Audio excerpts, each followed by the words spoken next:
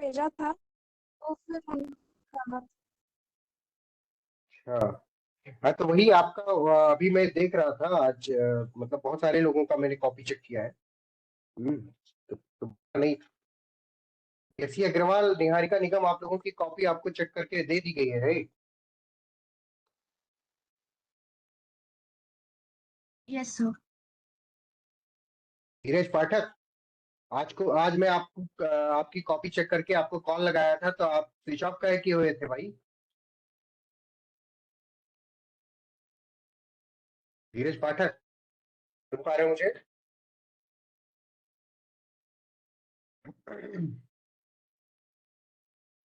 शाश्वत त्रिपाठी, आपने अपनी कॉपी फिर से पढ़ी? यस सर, पढ़ी पढ़ी।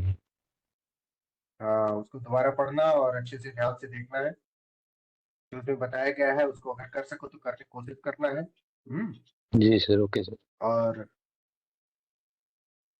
बहुत अच्छा लिखते हो तुम लोग, बहुत गर्व है मुझे। हम्म। यशी अग्रवाल, आप क्या कहते हैं, यस अपने जो सर। बताया गया था उन सारी चीजों को फॉलो कर रही हो बेटा? हाँ जी, यस सर। पढ़ वढ़ रही हो? Yes sir. पढ़ने टाइम मिल रहा है? सर वो अभी थोड़ा हम मैनेज कर रही हूँ, अभी नहीं मिल रहा है। जैसे मैंने आपसे कहा था इस मंथ के लास्ट, मतलब लास्ट में बाद में करूंगी, तो अभी बात करी बिल्कुल। नहीं है मैंने। अच्छा, ठीक ठीक ठीक। रीचा रॉय, आपकी कॉपी कल चेक कर दी जाएगी, आपको परेशान होने की जरूरत नहीं है, आपकी कॉपी हमारे पास है, हमने उसको देख लिया है। उस पर कुछ कमेंट वमेंट ओके लिखना है वो सर। हम लिख के आपको दे। हाँ, उस पर हम कमेंट वमेंट थोड़ा लिख के दे देंगे आपको, ठीक है? यार तुम लोग इतना ज्यादा ज्यादा पेज का लिख देते हो कॉपी। हम्म। ये कोई कोई माइक ऑन करके बताओ कि 25, जो 25 मार्क्स का पेपर है, क्वेश्चन है, उसमें कितने पेज लिखना चाहिए आइडियली? कोई एक बताओ। माइक ऑन करके बताओ बेटा। Sir five. 250 वर्ड्स। कितना वर्ड? Sir 250 word. अरे बेटा, 250 वर्ड्स वर्ड्स तो बात की बात है। हमको सबसे पहले 5 पेज लिखना है, उसके ऊपर नहीं लिखना है। आप में से कई लोग तो 8 8 पेज, 10 10 पेज लिख डाले हुए क्वेश्चनों में। भाई हम भी इंसान हैं यार, हमारे बारे में भी सोचा करो। पढ़ने में बहुत टाइम लगता है, ठीक है? ऐसा ना करो कि एक कॉपी आपकी चेक करने के चक्कर में 3 कॉपियां रह जाए। हम्म। बहुत टाइम लगता है भाई एक एक लाइन पढ़ने में। हम्म। तो आइडियली जो आपको एग्जाम में जैसे लिखना है वैसे ही लिखना है इधर भी, राइट?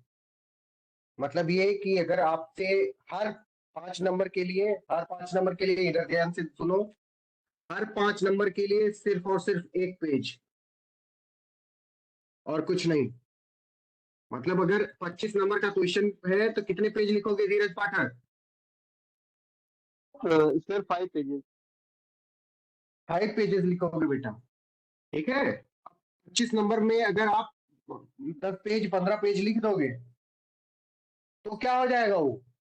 ओवरडोज हो जाएगा, overdose of the content. Overdose नहीं होने देना है, क्योंकि जब आप वर्ड लिमिट एक्सीड करते हो बेटा, तभी क्या होती है, प्रॉब्लम क्रिएट होती है, मार्क्स नहीं दिए जाते।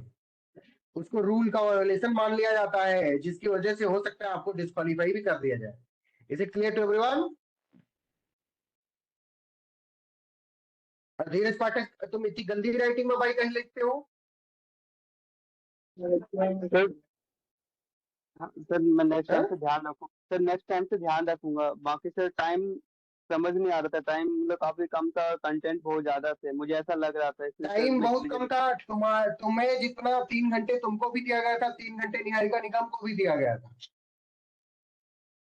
और तुमको जी सर। टाइम कम लग रहा है, उनको टाइम ठीक ठाक लगा, तुमको ऐसे कैसे हो सकता है? सर बताओ। काफी दिनों के बाद मैं लिख रहा था, तो सर थोड़ा सा मुश्किल हो रहा था जल्दी जल्दी कंटेंट को कवर करने में, कंसाइज करने में सारे पॉइंट्स को, इसलिए सर। हाँ, तो चीजों को बार बार पढ़ो, रिवाइज करो। देखो, रिवीजन इज द की। एक बात याद रखना, जो ज्यादा रिवीजन करेगा वो ज्यादा अच्छा आंसर लिख पाएगा। नहीं तो आपको क्या होगा, बहुत सारी चीजें याद आएंगी, मतलब दुनिया भर की कहानी लिखोगे, और जो लिखना चाहिए हो सकता है वो लिखो ही ना। ठीक है, सारे जी sir. Aspect of the question को हमें टच करना है। अगर हमारे क्वेश्चन में 5 पार्ट है, तो पांचों पार्ट की हेडिंग ऐसे ध्यान से सुनो। देखो, सब लोग अभी हो लाइन पे, सब लोग तो नहीं हो, खैर जितने लोग हो, वीडियो रिकॉर्ड हो जाएगी, बाद में सब सुन लेंगे। ऐसे पेज होता है अपना, है ना, A4 साइज पेज ऐसे कुछ होता है। ठीक, ऐसे ही होता है ना धीरज? जी सर। रुक जाओ, सही बनाने दो। ऐसे ही होता है कुछ। ठीक है, अब इसके इधर उधर वो मार्जिन खींची होती है, उधर उस वहां पे खींची होती है, यहाँ पे आपको खींचने पीछे कोई जरूरत नहीं है। अगर मन करे कुछ खींचो पीछो मत। ठीक है, हम खींच के दे देंगे, उसी को प्रिंट आउट करा लेना। ठीक है, सुन रहे सब लोग? अब क्या करोगे, मान लो कि आपसे क्वेश्चन पूछा गया है, तो ऐसे बीच में यहाँ पे जहां मैं लिख रहा हूं, ध्यान से सुनो सब लोग, आंसर नंबर 1 ऐसे लिखोगे, ऐसे करोगे। दिख रहा है सबको? संभवी मिश्रा, आपको दिख रहा है बेटा? यस सर, दिख रहा है। हाँ, ऐसे करोगी पहली, पहले नंबर पे। फिर पहला क्वेश्चन पूछा गया था, व्हाट इज प्रजम्पशन, यही पूछा गया था। तो उसमें जो बेटा व्हाट इज प्रजम्पशन, मैं क्वेश्चन लिख देता हूं, व्हाट इज प्रजम्पशन।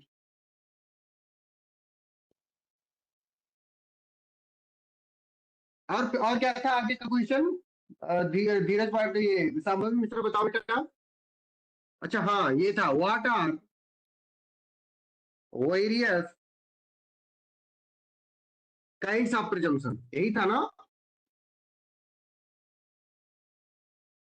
कोई बोल दो भैया। Yes sir, yes yes. यही था। तो इसकी बेटा पहली heading, initial heading, main heading क्या पड़ेगी? आंसर नंबर आपने डाला, आंसर नंबर 1, ये था क्वेश्चन नंबर 1। आपको क्वेश्चन, आपको अपने पेपर में, आपको अपनी कॉपी में क्वेश्चन लिखने की कतई कोई जरूरत नहीं है, दूर दूर तक।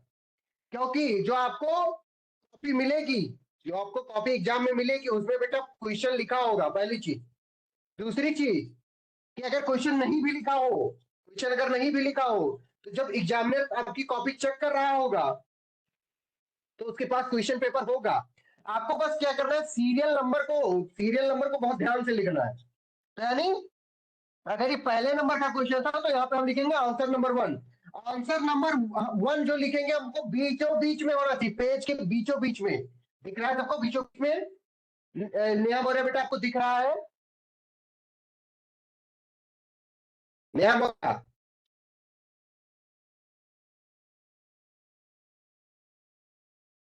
रमेश बेटा, आपको दिख रहा है बेटा? हाँ, बहुत बढ़िया। तो क्या करना है आपको, एकदम बीचों बीच में लिखना है आंसर नंबर 1। नंबर 2 क्या करना है आपको, आपको क्वेश्चन में से ही हेडिंग उठानी है। तो क्या हेडिंग डालोगे? प्रजम्पशन। ये भी बीचों बीच में, बिल्कुल इसके नीचे होगा। मैं भी बीचों बीच में, अभी रुक जाओ, बीचों बीच में लिख के दिखाता हूँ।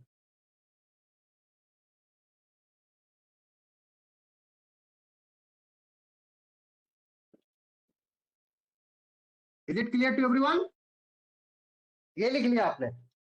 आप लिखना शुरू करोगे कि it is not defined, blah blah blah blah, जो भी ऐसे करके आप लिखते चले गए। आपने प्रजम्पशन के बारे में सब कुछ बता दिया। Is it clear to everyone?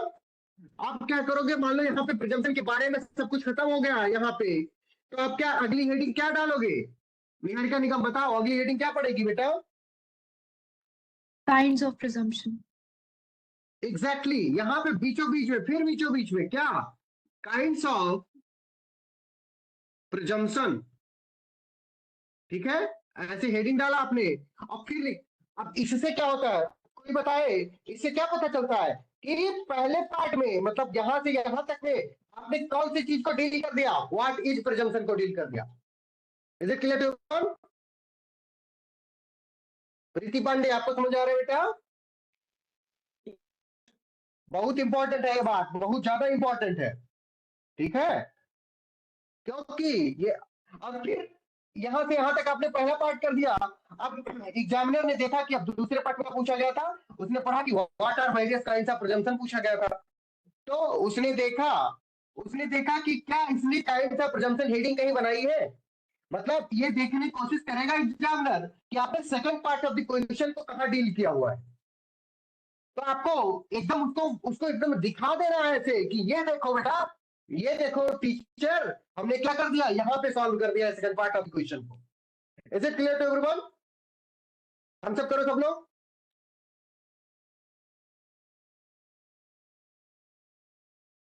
बहुत बढ़िया, बहुत बढ़िया।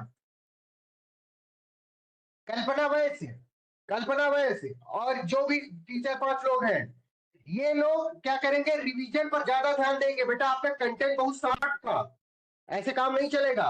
Is it clear? समझ रहे हो? आपको कंटेंट पर ध्यान देना होगा, कंटेंट पर मतलब उसके रिवीजन पर ध्यान देना होगा। बेटा जितनी बार रिवाइज करोगे चीजों को, जितनी बार रिवाइज करोगे उतना ही अच्छा होगा। Is it clear to everyone? ठीक है, अब हम लोग क्लास शुरू करें। शाश्वत त्रिपाठी आप समझ पा रहे हो? रोहित मिश्रा नहीं आए क्या आज? Yes sir, yes sir. Sir flow chart के थ्रू सर प्रेजेंट कर सकते हैं अपने आंसर को, जैसे काइंड्स ऑफ प्रिजम्पशन है तो इसे चार्ट में बना के। अरे भाई काहे नहीं कर सकते हैं, लेकिन उससे इंट्रोडक्शन में ही मत डाल देना। मतलब पहले प्रिजम्पशन के बारे में कुछ बताना, या मतलब इसके बारे में कुछ बताना कि प्रिजम्पशन, और आप कितने टाइप, दिलीप पाठक कितने टाइप के होते हैं प्रिजम्पशन, सर 3 टाइप्स के। ये सब बात पहले बता दोगे 1-2 लाइन में। ठीक है, ये सब बात 1-2 लाइन में बता दोगे, फिर उसके बाद क्या करोगे, उसके बाद फ्लो चार्ट बनाओगे। उसके बाद क्या करोगे बेटा, फ्लो चार्ट बनाओगे। ऐसे पहले पहले 2 फ्लो चार्ट बनाओगे कि प्रिजम्पशन ऑफ फैक्ट और presumption of law. Presumption of fact में फिर लाइन कीजिए क्या, मे प्रिज्यूम, और इसमें प्रिजम्पशन ऑफ लॉ में तो कितने तरीके का प्रिजम्पशन होता है, कौन बताएगा? सुग्रीव है तो बताओ, सुग्रीव है तो। सर अभी याद नहीं आ रहा है। अरे बेटा सेल्फ प्रिज्यूम और कंक्लूसिव प्रूफ, ऐसे कैसे काम चलेगा सुग्रीव? इसमें सेल्फ प्रिज्यूम, इसमें कंक्लूसिव प्रूफ। ठीक है, यहाँ इसमें मे प्रिज्यूम। ठीक है, ऐसे बनाओ, ये प्रिजम्पशन ऑफ लॉ है, ये प्रिजम्पशन ऑफ फैक्ट है। ठीक है, ये रिबटेबल है, रिबटेबल प्रिजम्पशन होगा। रिबटेबल प्रिजम्पशन ऑफ फैक्ट, ये रिबटेबल प्रिजम्पशन ऑफ लॉ होगा, ये इररिबटेबल प्रिजम्पशन ऑफ लॉ होगा। किसी के कॉपी में लिखा हुआ था सेल्फ प्रिज्यूम को इररिबटेबल प्रिजम्पशन ऑफ लॉ, किसकी कॉपी में था बताओ? मैंने लिख दिया था गलती से। अच्छा, शांभवी मिश्रा ने लिखा शांभवी। था। बेटा मैं आपकी आवाज पहचानता हूँ, सबकी आवाज पहचानता हूँ। सर ये एक्चुअली ये जो हाँ बोलो। कि अगर जैसे मेरा कंटेंट मतलब काफी कम था, तो ऐसा कुछ बैड इंप्रेशन तो नहीं पड़ता है ना टीचर्स पे जब कंटेंट थोड़ा अरे कम भाई रहता है? कतई कतई दूर दूर तक बैड इंप्रेशन नहीं पड़ता है। देखो कंटेंट, देखो अब देखो कंटेंट किसी का ज्यादा है किसी का कम है, दो दो अवस्थाएं हो सकती है। तो जिसका कंटेंट ज्यादा है उसको ज्यादा प्रॉब्लम है, जिसका कंटेंट बहुत ज्यादा है उसको ज्यादा प्रॉब्लम है। इसीलिए हम आपको जो नोट्स देते हैं एकदम कंसाइज देते हैं। नोट्स कभी पढ़े हो तो आप लोग, एकदम टू द पॉइंट है, उसमें कुछ बकवास बात नहीं है। संभवी पढ़ी हो नोट्स, नहीं पढ़ी हो? हाँ हाँ, पढ़ी हूँ, उसी को पढ़ पढ़ के तो टेस्ट किया है। हाँ अब देखो, उसमें कंटेंट एकदम प्रिसाइज है। अब क्या होगा कि कोई कोई करेगा कि उस नोट्स को पूरा याद कर डालेगा। बेटा अगर नोट्स में वो टाइप्ड फॉर्म में लिखा हुआ है तो आपको कम लगता है, लेकिन अगर उसको आप हैंड रिटन में लिखने लगोगे तो बहुत ज्यादा हो जाएगा वो। ठीक है, क्योंकि हैंड राइटिंग थोड़ा बड़ी है, छोटी सबकी होती होती है, तो उसको हमें पूरा नहीं लिखना है, हमको उसको as a reference material use करना है। क्लास में जो पढ़ाया जा रहा है उस पर फोकस करते रहना है, दोनों को साइमल्टेनियसली चलाना है। They are class material and the notes are complementary and supplementary to each other. दोनों को मिंगल करके काम करना है। ये नहीं कि कुछ लोगों को मैंने देखा है कि नोट्स पढ़ते ही नहीं है, वो खाली जो क्लास में बताया जाता है उसी के नोट्स बनाते हैं और बस हो गया उनका। मैंने आंसर में से झलक देखी है कई लोगों की। या या कोई न कोई तो क्लास की कोई झलक ही नहीं है, उसमें खाली नोट्स तो ही लिखा हुआ है। ऐसा नहीं होना चाहिए। दोनों का क्या होना चाहिए, एक हारमोनियस कंस्ट्रक्शन होना चाहिए दोनों का, दोनों एक साथ चलनी चाहिए। Is it clear to everyone?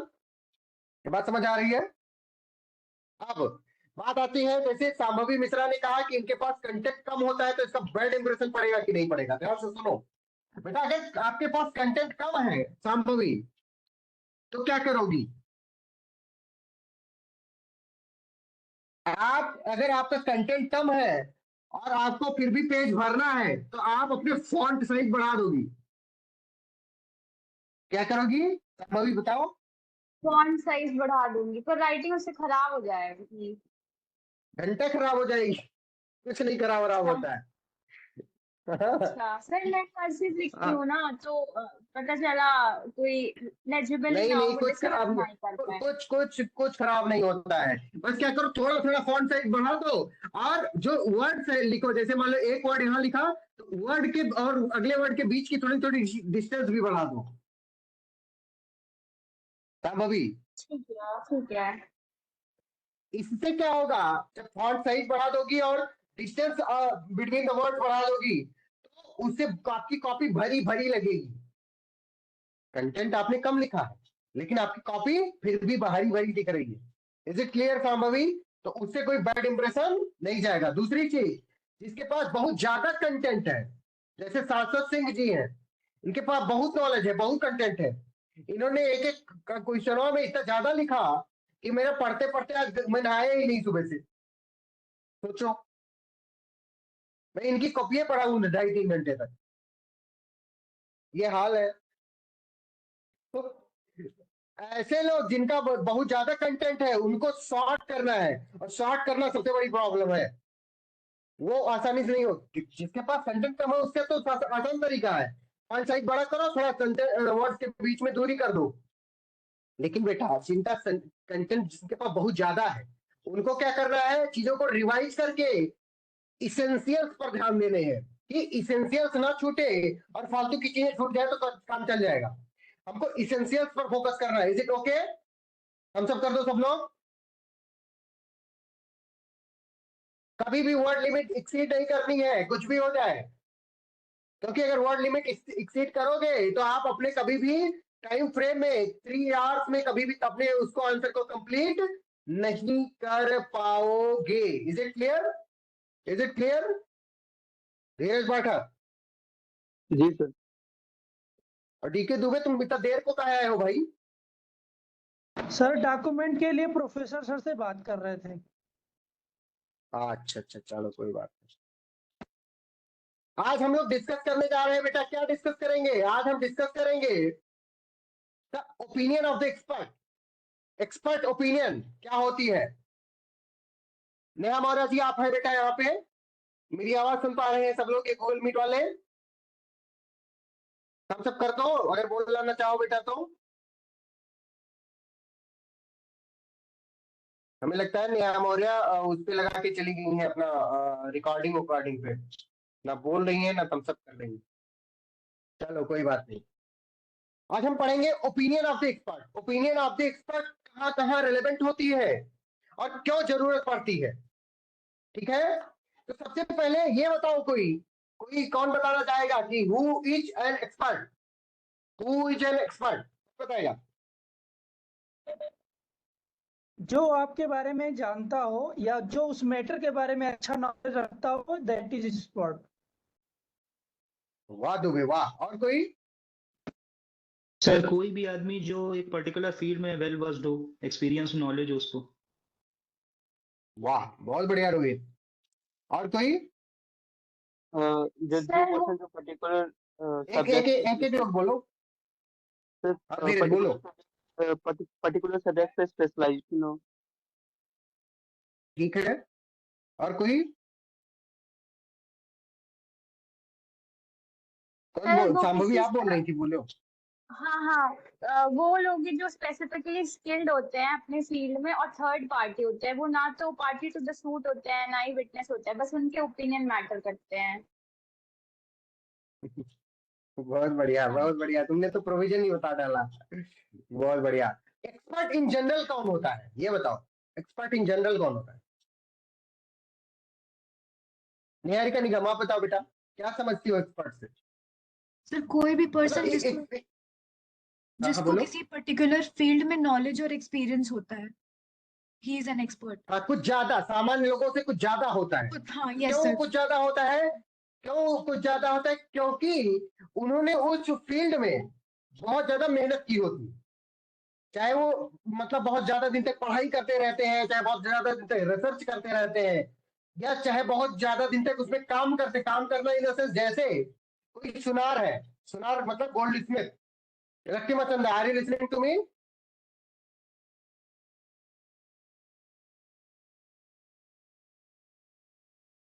Okay, she is not listening to me, कोई बात नहीं। तो बेटा ध्यान से सुनो, कोई भी व्यक्ति जैसे एक सुनार है, या सुनार क्या करता है, उसको वो एक स्पेशलाइज नॉलेज लेने नहीं जाता कहीं पे, लेकिन क्या करता है, बहुत दिन से 30 साल से 40 साल से वो सोने का ही काम क्या करता है, तो वो पहचान, वो सोने के मामले में क्या हो गया, वो एक्सपर्ट हो। सोना मतलब स्लीप वाला नहीं, गोल्ड वाला सोना। एग्जैक्टली exactly, कल्पना भाई, मोर एक्सपीरियंस पर्सन, मतलब सिर्फ एक्सपीरियंस से नहीं बेटा, उसके पास में स्पेशल स्किल है। स्पेशल स्किल है, ध्यान से सुनो सब लोग, स्पेशल स्किल है, स्पेशल स्किल। और उसने वो स्पेशल स्किल कैसे प्राप्त की है, स्पेशल स्किल उसने कैसे प्राप्त की है, उसमें अपना बहुत ज्यादा टाइम डिवोट किया है, उसमें उसने अपना बहुत ज्यादा एनर्जी डिवोट की है, उसमें उसने अपना जवानी गंवा दिया है। तो क्या हो जाएगा, वो एक्सपर्ट बन जाएगा। ठीक है, इज इट क्लियर? अब बात आती है कि इस एक्सपर्टवा के ओपिनियन की जरूरत क्यों पड़ती है। भैया जो जज होते हैं, जो जज होते हैं, कोई भी है, कोई भी जज है, उसका एक, जो उसका एक लिमिटेड डोमेन होता है। मोक्षदा बेटा समझ रही हो, उसका क्या होता है, एक लिमिटेड डोमेन होता है। उस लिमिटेड डोमेन में ही सिर्फ उसकी एक्सपर्टीज होती है। वो हर चीज नहीं जान सकता।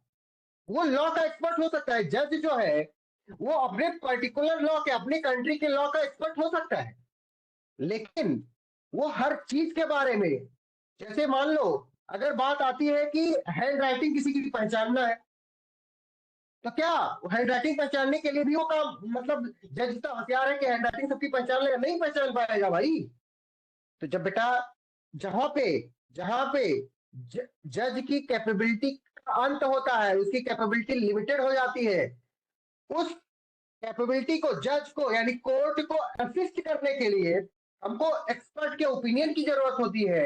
और एक्सपर्ट जब अपना ओपिनियन देता है, तो उस ओपिनियन को ऑब्जर्व करते हुए उस पर जब कोर्ट अपना जुडिशियल माइंड अप्लाई करता है, तब उसको क्या करता है, फिर जजमेंट देता है। Is it clear to everyone? ये समझ में आ गया सबको? निहारिका निगम, आपको समझ में आ गया बेटा कि हमको थर्ड पर्सन की क्या, मतलब हमको एक्सपर्ट की जरूरत क्यों पड़ी? इसलिए पड़ी क्योंकि एक बेटा जज जो है, उसकी एक लिमिटेड नॉलेज होगी ना, अपने फील्ड में, लॉ के फील्ड में नॉलेज होगी। ऐसा तो है नहीं कि हर चीज जान रहा है, वो भगवान पैदा हुआ है बस, मतलब बटन दबाया आपने कि अब चलो, अब साइंस की बारी आ गई, अब साइंस पढ़ते हैं, अब साइंस बताते हैं। उसने फिर बटन दबाया कि नहीं नहीं, अब आर्टिफिशियल इंटेलिजेंस के बारे में डिस्कस करेंगे।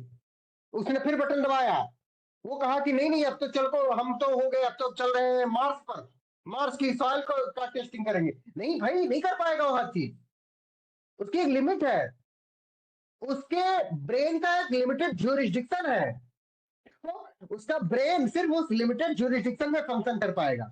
इज इट क्लियर बेटा नेहा मौर्य? समझ रहे हो ना सब लोग? बहुत बढ़िया।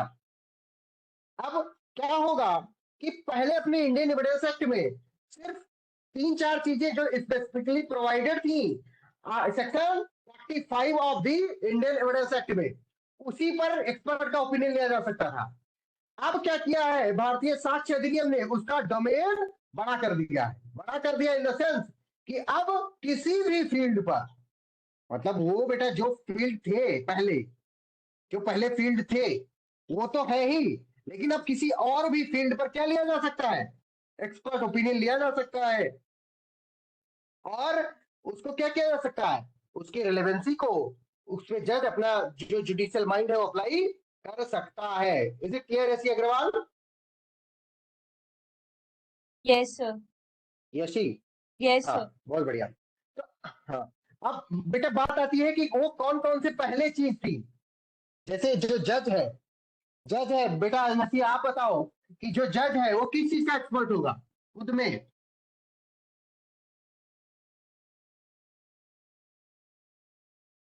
यशी अग्रवाल बताओ बेटा। Yes sir, law. एग्जैक्टली जो जज होगा ये बेटा लॉ जान रहा है। यस। ये प्रीति पांडे इधर आ गई, रक्तिमा चंदा इधर आ गई, यार ये लोग कहाँ चल रहे हैं? Raktima Chanda, are you listening to me? Raktima, जज बेटा लॉ में एक्सपर्ट हो गया, लेकिन अब जज से कहा जा रहा है कि ओपिनियन फॉर्म करो। किस चीज पर ओपिनियन फॉर्म करो? इसके सामने बेटा केस तो बहुत सारे आते हैं ना। जज के सामने केस तो किसी भी चीज का इससे रिलेटेड आ सकता है, क्योंकि अल्टीमेट अथॉरिटी कौन होता है किसी डिस्प्यूट को सुलझाने के लिए? जज होता है ना। Ratima Chanda, who is the ultimate authority to settle a dispute? It's जज। और जज का एक्सपर्टीज बेटा क्या है, सिर्फ लॉ है। लेकिन अगर सब्जेक्ट मैटर क्या है, सब्जेक्ट मैटर है कि किसी के फिंगर इंप्रेशन को, क्या किस चीज को, फिंगर इंप्रेशन को पहचानना है। अरे भैया ये फिंगर इंप्रेशन पहचान पाएगा कि नहीं पहचान पाएगा? नया बोल रहा बताओ, नया बोल रहा बताओ, माइक ऑन करो बेटा, बताओ। फिंगर इंप्रेशन पहचानना है और आप जज बन गई हो, तो आप बैठ करके ऐसे फिंगर मैच करोगी कि नहीं करोगी? माइक ऑन करके बताओ।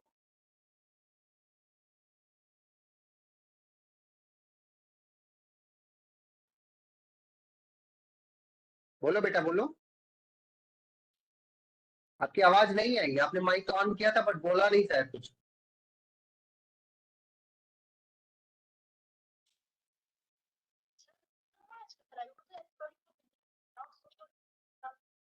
नहीं मैं पूछ रहा हूँ कि क्या ये जज करेगा, क्या वो जान पाएगा मैच करके फिंगर इंप्रेशन कि किसकी फिंगर इंप्रेशन है? नहीं जान पाएगा ना। तो क्या करेगा, इसमें किसको बुलाएगा? किसी थर्ड ऐसे पर्सन को बुलाएगा जो फिंगर इंप्रेशन के बारे में जानता हो। यशी अग्रवाल, हाँ बोलो बोलो, कुछ बोलना चाह रहे हो बेटा? और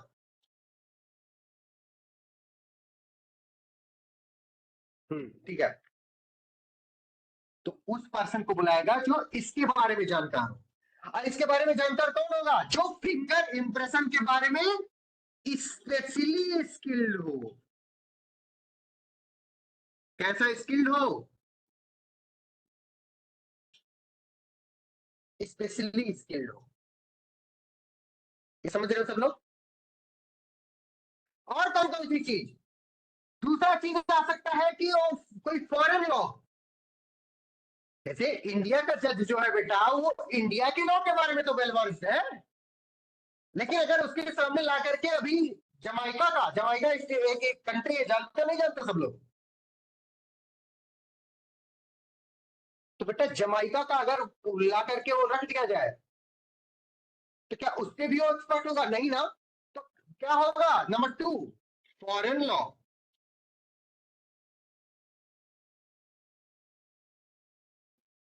अब इसमें भी ओपिनियन लेने के लिए जो जज है, सुचेता बताओ बेटा, सुचिता, क्या ये फॉरेन लॉ पे अपने यहाँ का जज जो है वो होशियार होगा? नहीं होगा भाई। क्यों नहीं होगा? क्योंकि वो तो इंडिया के लॉ के बारे में एक्सपर्ट है ना बेटा। तो फॉरेन लॉ के बारे में वो क्या करेगा? उस व्यक्ति से उस व्यक्ति की राय लेगा जो इसमें क्या हो, स्पेशली स्किल्ड हो, स्पेशली नॉलेजेबल हो। Is it clear? नंबर 2 हो गया। नंबर थर्ड बेटा हो सकता है कि साइंस की बात आ जाए। अगर अगर बात आ जाती है कि न्यूक्लियर एनर्जी की बात आती है, साइंस,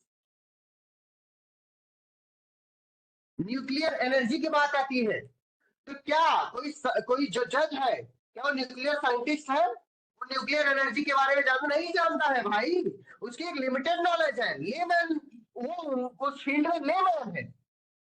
वो लॉ का एक्सपर्ट हो सकता है लेकिन साइंस का एक्सपर्ट नहीं हो सकता है। तो हमें साइंस में जब कोई ओपिनियन फॉर्म करना होगा तो जज क्या करेगा, साइंस में एक्सपर्ट व्यक्ति को बुलाएगा और उस बेसिस पर अपना ओपिनियन फॉर्म करेगा। Is it clear to everyone? समझ रहे हो सब लोग? या क्या हो सकता है, आर्ट हो सकता है, आर्ट, फॉरेन लॉ हो, साइंस हो, आर्ट हो, फिंगर इंप्रेशन हो। क्या क्या बोला मैंने? धीरज पाठक बताओ। Sir finger impression, foreign law, science, art. Okay, इन सारी चीजों पर बेटा अगर कोई ओपिनियन फॉर्म करना हो, किसको किसको ओपिनियन फॉर्म करना हो, बताओ डीके दुबे।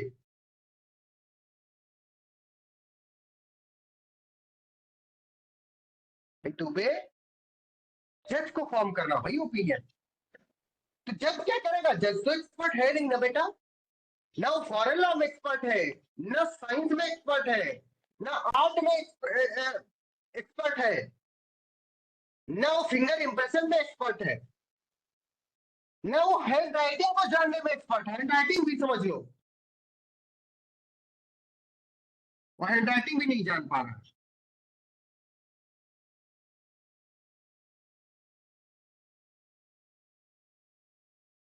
ये इन लोगों को नहीं दिख रहा होगा, वो बेटा दिख रहा है आप लोगों को सब? अब दिख गया।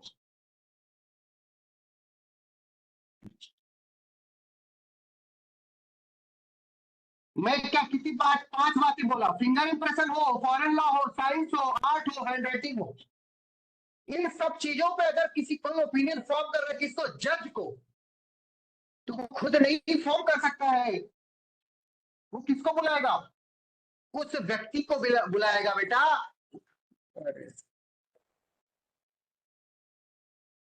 बेटा वो उस व्यक्ति को बुलाएगा, वो उस व्यक्ति को बुलाएगा। किस किस व्यक्ति को बुलाएगा? जो उस फील्ड में स्पेशली स्किल्ड हो, जो उस फील्ड में क्या हो, स्पेशली स्किल्ड हो। अब क्या था, ये 5 चीजें पहले थी, ये 5 चीजें पहले भी थी। अब एक चीज और जोड़ दी गई है, ध्यान से सुनो सब लोग। एक चीज और जोड़ दी गई है, उसको मैं ऐसे बना के लिख देता हूं, और एनी अदर फील्ड, और एनी अदर फील्ड। समझो बात को, मतलब ये कि जो सेक्शन 45 था,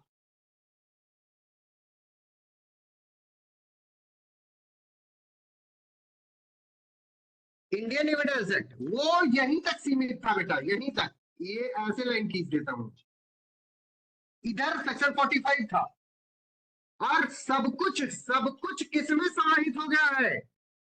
सेक्शन 39 ऑफ BSA 2023 में समाहित हो गया है। ये समझ पा रहे हैं बेटा संभवी आप? सर मतलब ये कि अब एक्सपर्ट ओपिनियन का, यानी ओपिनियन ऑफ द एक्सपर्ट का जो डोमेन है, वो इस केज्ड पैरेट से हटा करके, इस केज्ड पैरेट से हटा करके बहुत वाइड कर दिया गया। क्या कर दिया गया बेटा? बहुत वाइड कर दिया गया। अब किसी भी चीज पे पहले एक्सपर्ट ओपिनियन सिर्फ इन चीजों पर लिया जा सकता था। अब किसी भी एनी अदर फील्ड, कोई भी फील्ड हो, और उस फील्ड के से रिलेटेड मैटर अगर कोर्ट के सामने आया है बेटा, और बात आती है कि इस पे अब जुडिशियल डिटर्मिनेशन करना है, कोर्ट को अब अपना दिमाग अप्लाई करना है।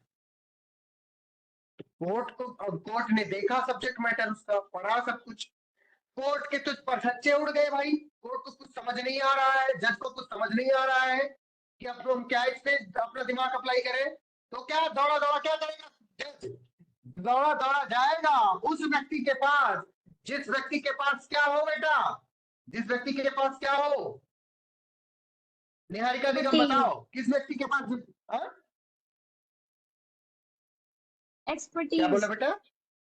एक्सपर्टीज हो, बिल्कुल सही बिल्कुल सही। और वो एक्सपर्टीज कैसे आएगी, वो स्पेशल स्किल कैसे आएगी?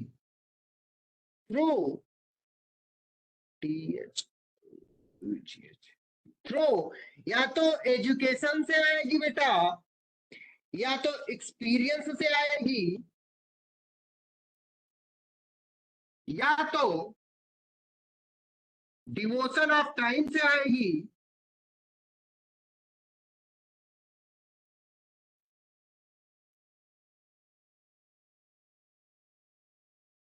Devotion of.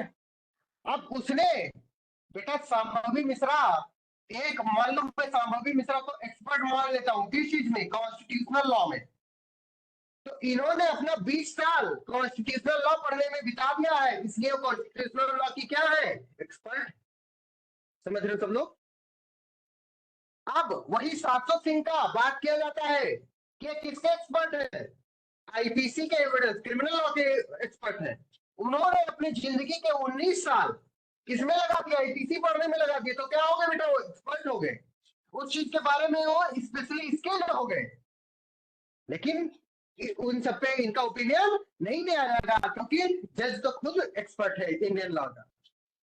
लेकिन नेहा मौर्य को बुलाया गया, नेहा मौर्य किस चीज के एक्सपर्ट है, नेहा मौर्य मान लो आर्ट के एक्सपर्ट है, ये बहुत अच्छा आर्ट जानती है, ये पिछले 150 सालों से आर्ट परफॉर्म कर रही है। अब बेटा क्या होगा, उस आर्ट से रिलेटेड कोई मैटर आ गया कोर्ट के सामने, तो कोर्ट दौड़ा दौड़ा किसके पास जाएगा, संभवी बताओ। कोर्ट नेहा मौर्य के पास दौड़ा जाएगा और कहेगा नेहा जी बता दीजिए कि ये आर्टवा सही है कि नहीं है। समझ रहे हो सब लोग? Is it clear to everyone?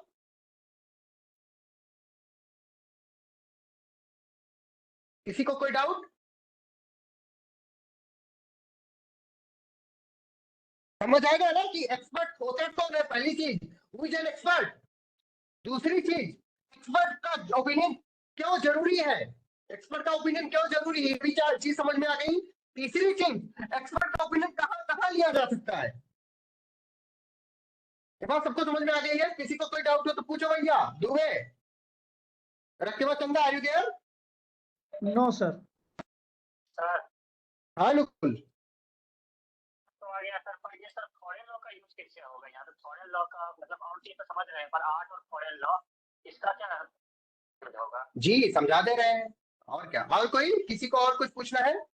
अनुकुल जी ने पूछा कि फॉरेन लॉ और आर्ट की बात कैसे आती है, ये कैसे इंडियन मैटर में आ जाएगा। किसी और को कोई क्वेश्चन हो तो पूछ लो, सबका एक साथ वो कर देंगे। पूछो भाई पूछो। गुप्ता, इंडिया का कोई पर्सन है, विदेश की लड़की से शादी करता है, विदेश में वो इंडिया में आता है, उसका डिस्प्यूट होता है, तो वहां ओपिनियन आएगा कि उसका वैलिड शादी थी कि नहीं थी, उसके लिए ओपिनियन मांग लेगा। फॉरेन का कोई लॉ जानकार होगा, वो आ जाएगा, दे देगा। वाह दुबे वाह, वाह दुबे वाह, बहुत बढ़िया। तो और कोई रखिबा चंदा, आपको समझ में आ गया है अभी कि आपको कोई डाउट हो तो पूछ लो, क्योंकि अनुकूल का मैं सॉल्व करने जा रहा हूँ। Rakhiba Chanda, are you listening to me? बोल कह रही लड़की, देखिए है मीटिंग में कि नहीं है, मीटिंग में तो है, एक्टिव भी है, जैसे इधर से एक्टिव भी दिखा रहा है, फिर भी कह रही बोल रही है। हमें लगता है रखिबा चंदा गुस्सा हो गई हम लोग बता। चलो अनुकूल, अनुकूल भाई को ये बात नहीं समझ में आ रही है कि फॉरेन लॉ और आर्ट, ये तो चीज नहीं समझ में आ रही है अनुकूल। यस हाँ, तो पहली चीज फॉरेन लॉ, जैसे अभी डीके दुबे जी ने बताया कि मान लो अनुकूल क्या हुआ, अनुकूल बहुत पढ़ा लिखा, इसने लीगल नैरेटिव से लॉ पढ़ लिया, लॉ पढ़ने के बाद में बहुत ज्ञानी हो गया। मतलब किसके बारे में अनुकूल तुम ज्ञानी हो गए, लीगल नैरेटिव से पढ़ रहे हो तो किसके बारे में ज्ञानी हो जाओगे, बताओ। लॉ के बारे में ज्ञानी हो जाओगे बेटा, तुम लॉ के बारे में ज्ञानी हो गए। तुमको इतना ज्ञान आ गया कि तुम कहाँ जा गए, कहाँ चल गए, किस विदेश की कंट्री में जाओगे बताओ? ब्रिटेन, लंदन, लंदन देश नहीं है भाई, वो तो राजधानी शहर है। चलो तुम्हें ब्रिटेन भेजते हैं।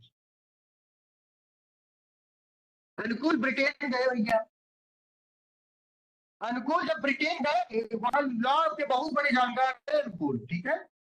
तो ये वहां पे एज ए बैरिस्टर काम करने लगे, और बैरिस्टर जब ये काम कर रहे थे तो एक गोरी लड़की का, वहां की मतलब जो अंग्रेजन थी, उसकी नजर अनुकूल पर पड़ गई। अनुकूल, और जब अनुकूल, हाँ जब अनुकूल पर नजर पड़ी उसकी, तो उसने सोचा क्यों ना इसको अपना हस्बैंड बना लिया जाए। अनुकूल समझ रहे हो? उसने तुमसे क्या कर लिया, शादी कर ली। क्या कर लिया बेटा उसने, उस अंग्रेजन ने तुमसे क्या कर लिया है? देख लो लीगलिटी से पढ़ने का फायदा, देखो तुम्हारा अंग्रेजन से शादी हो रहा है। ठीक है अनुकूल, अब क्या हुआ, अब क्या हुआ? अनुकूल ध्यान से सुनो बेटा, तुम्हारा मन भर गया किससे? ब्रिटेन में पैसा कमाने से। अब कहे कि चलो आप लौट चले, तुम कहाँ चले आए? इंडिया में चले आए। कहाँ चले आए बेटा? इंडिया लौट आए। अनुकूल समझ रहे हो बेटा? तुम यहाँ से लीगल नेटिव से पढ़ करके लॉ के विद्वान हो करके तुम कहाँ चले गए हो? ब्रिटेन चले गए हो। ब्रिटेन की एक गोरी लड़की का तुम पे क्या आ गया, दिल आ गया, और उसने तुझसे शादी कर दी। और शादी करने के कुछ दिन बाद, मतलब 1 साल 2 साल 3 साल 4 साल बाद, क्या हुआ? तुम्हारा मन आया कि यार घर की बहुत याद आ रही है, चलो अब लौट चलते हैं। तुमने गाना गाया, आप लौट चले, और तुम कहाँ आ गए? इंडिया गए। अब इंडिया में जब बेटा आए आप, तो क्या हुआ? वो लड़की भी आपके साथ आई, क्योंकि वो आपकी बीवी है, जहाँ जाओगे वहां रहेगी आपके साथ। क्या हुआ बेटा कि इंडिया में जब आए तो उसको एडजस्ट नहीं कर पा रही है आपके यहाँ पे। बिल्कुल, आप कहाँ के, बिहार के हो ना? वो बिहार में एडजस्ट नहीं कर पा रही है। वो लंदन की लड़की बिहार में एडजस्ट नहीं कर पा रही है। उसको लगा कि अनुकूल मतलब यहाँ पे क्या कर रहा है, अनुकूल से डिवोर्स ले लेना चाहिए, और इन्होंने डिवोर्स ले लिया। तो डिवोर्स का जब बात आई, तो डिवोर्स तो ऐसे तो हो नहीं जाएगा हवा में कि हाँ चलो डिवोर्स डिवोर्स खेल ले, कोई गुड्डी गुड़िया का खेल तो है नहीं कि अभी शादी के अभी फिर खत्म। समझ रहे हो? Marriage is the biggest institution. समझ रहे हो अनुकूल? अब क्या क्या आप कोर्ट में पहुंच गए डिवोर्स के लिए, मतलब वो लड़की कोर्ट में पहुंच गई किस चीज के लिए? डिवोर्स के लिए। अनुकूल तुम्हारी शादी भी करवा दे रहे हैं, तुम्हारा डिवोर्स भी करा दे रहे हैं, ठीक है। अब डिवोर्स के लिए तुम कहां पहुंचे? इंडियन कोर्ट के सामने पहुंचे भैया। अनुकूल अब इंडियन कोर्ट में कौन बैठा था? प्रीति पांडे बैठी थी। उनको क्या ब्रिटेन के लॉ के बारे में पता ही नहीं है कि शादी कैसे होती है और सारी चीजें कैसे होती है, नहीं पता उनको। तो उन्होंने क्या किया? उन्होंने कृति मिश्रा को बुलाया, जो कि किसकी एक्सपर्ट है? ब्रिटेन के लॉ की एक्सपर्ट है। किसको बुलाया बताओ अनुकूल? कृति मिश्रा को बुलाया। वो कहाँ के लॉ के एक्सपर्ट है? ब्रिटेन के लॉ के एक्सपर्ट है। इस ब्रिटेन का लॉ बेटा कैसा लॉ है with respect to India? Foreign law है कि नहीं है? समझ में आ गया कॉन्सेप्ट? नहीं समझ में आ गया? अच्छा, आर्ट, आर्ट मतलब मान लो कोई एक पेंटिंग है, कोई एक पेंटिंग है,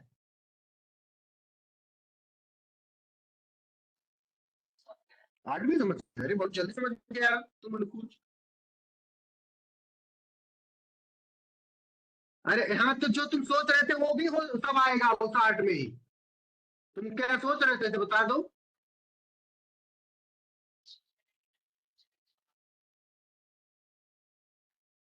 नहीं हो सकता भाई, खाली criminal evidence act is not only applicable to criminal law, it is applicable to civil as well as criminal law. सबका लागू होता है एविडेंस। अब तो आप लोगों ने जब हम इसका एक्सटेंड पढ़ा रहे थे तो हमने आपको बताया था कि अब तो ये नेवी एक्ट, आर्मी एक्ट और एयरफोर्स एक्ट सब पे लागू होने लगा है, कोर्ट मार्शल पे भी लागू होने लगा है ये भारत के साथ क्षेत्रीय न्याय का निगम। ये बात जानती हो कि नहीं जानती हो बेटा? Yes sir. अब जो अपना इंडियन एविडेंस एक्ट, जो भारतीय साक्ष्य अधिनियम था, वो उसका हॉरिजॉन बहुत बड़ा हो गया है, अब हर चीज पे अप्लाई हो रहा है। पहले कोर्ट मार्शल पे ये अप्लाई नहीं होता था, मतलब अगर कोई नेवी एक्ट, आर्मी एक्ट या एयरफोर्स एक्ट में अगर किसी को कुछ होना है तो उस पर अप्लाई नहीं होता था। लेकिन अब क्या होने लगा है बेटा, ये सब पे अप्लाई होने लगा है, चाहे आर्मी एक्ट हो, चाहे नेवी एक्ट हो, चाहे जैसा एक्ट हो। Is it clear to everyone? Anukul, Dharmikul? बहुत गर्मी है भाई अनुकूल।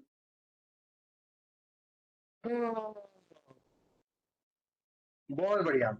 अब क्वेश्चन है, sorry, S C Agarwal, S C Agarwal yes sir.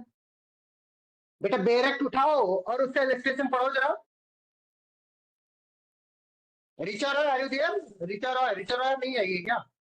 Yes sir, मैं हूँ। अच्छा हाँ, चलो पहले पहला वाला इलस्ट्रेशन कौन पढ़ेगा? S C Agarwal. दूसरा वाला इलस्ट्रेशन कौन पढ़ेगा? ऋचा रॉय पढ़ेगी। चलो पढ़ो एसी। यस पहला सर। इलस्ट्रेशन क्या है? Illustration A. The question is whether the death of A was caused by poison.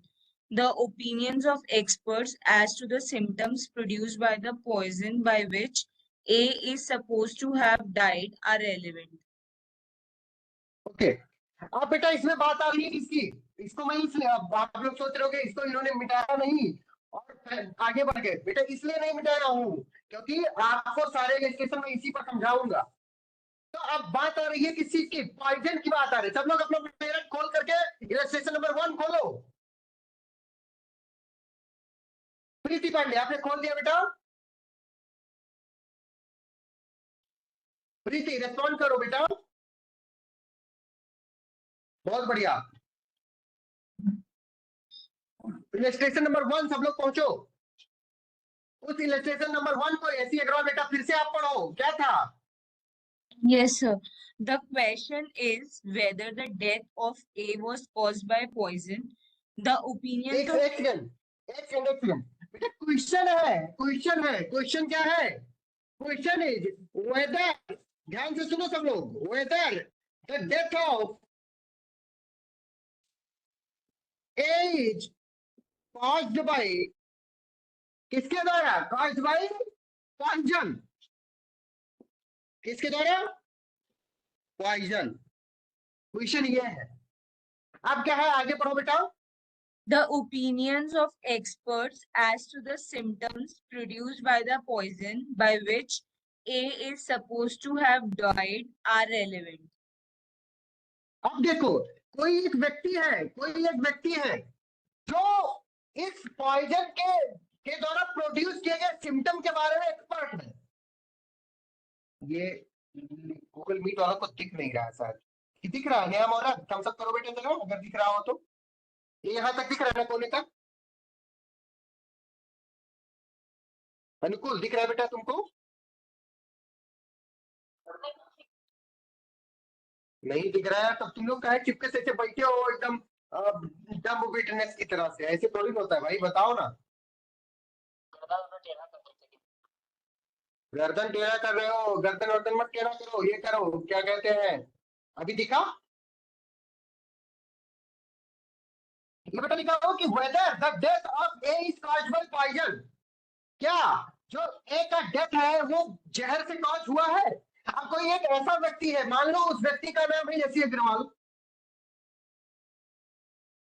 एक क्या है? एक डॉक्टर है। ये क्या है? ध्यान से सुनो, एसी अग्रवाल एक डॉक्टर है और ये डॉक्टर इस पॉइजन से उत्पन्न हुए, इस पॉइजन से प्रोड्यूस हुए सिम्टम के बारे में स्पेशलाइज्ड नॉलेज रखती है। क्या रखती है?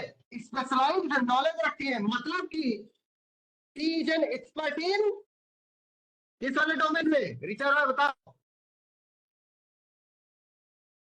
ऋचा रॉय जी सर। एसी अग्रवाल किस चीज में एक्सपर्ट हो गई? साइंस में हो गई बेटा, साइंस में हो गई।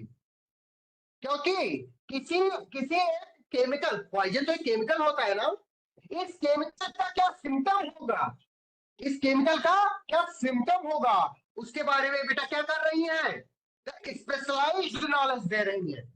कैसे नॉलेज दे रही है ऋचा, बताओ कैसा नॉलेज दे रही है ये? स्पेशलाइज्ड नॉलेज दे रही है, क्योंकि इन्होंने हजारों लोगों को देखा हुआ है, ऐसे लोगों को जो अगर जिनमें ऐसा पॉइजन मतलब सिम्टम होता है कि उनके मुंह से झाग निकलने लगी है, वो वॉमिटिंग करने लगे हैं, वो छटपटा रहे हैं, पसीना निकल रहा है, ऐसा कुछ होता है, वो इन्होंने हजारों लोगों को देखा है। तो इन हजारों लोगों को बेटा देखने के क्रम में ये क्या बन गई है, एक्सपर्ट बन गई है। और ये क्या है, डॉक्टर है, साइंटिफिक चीजें बता रही है, इसलिए इस साइंस की एक्सपर्ट हो गई, इनको स्पेशल स्किल हो गया है इसमें। अब इनसे ओपिनियन मांगा जाएगा कि whether the death of A is caused by that particular poison or not। अगर एसी अग्रवाल ने कह दिया कि हाँ यही वाला पॉइजन था जिससे इनकी डेथ कॉज हुई है, तो उसको क्या कर दिया जाएगा, मान लिया जाएगा और रेलेवेंट हो जाएगा। Is it clear to everyone? Conserve करो, नेहा मौर्य, प्रीति पांडे, सुचेता, कल्पना, अनुकूल, कृति, मोक्षदा।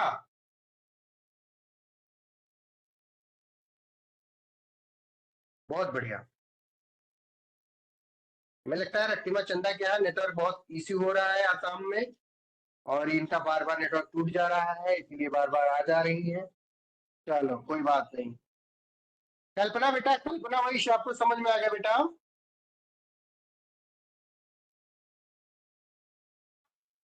बहुत बढ़िया। कुमार मयंक, आपको समझ में आया बाबू?